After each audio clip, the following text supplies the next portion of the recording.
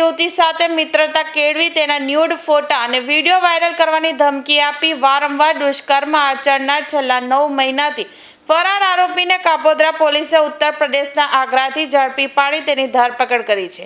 મળતી માહિતી મુજબ આરોપી મૂળ રાજસ્થાનના ઢોલપુરનો રહેવાસી માનવેન્દ્રસિંહ ઉર્ફે રામપાલ રાણા જાટ છે. યુવતી સાથે પરિચય કેળવ્યા બાદ આરોપીએ વિશ્વાસનો લાભ લઈને તેના અંગત ફોટા અને વિડીયો પોતાના કબજામાં મેળવી લીધા હતા.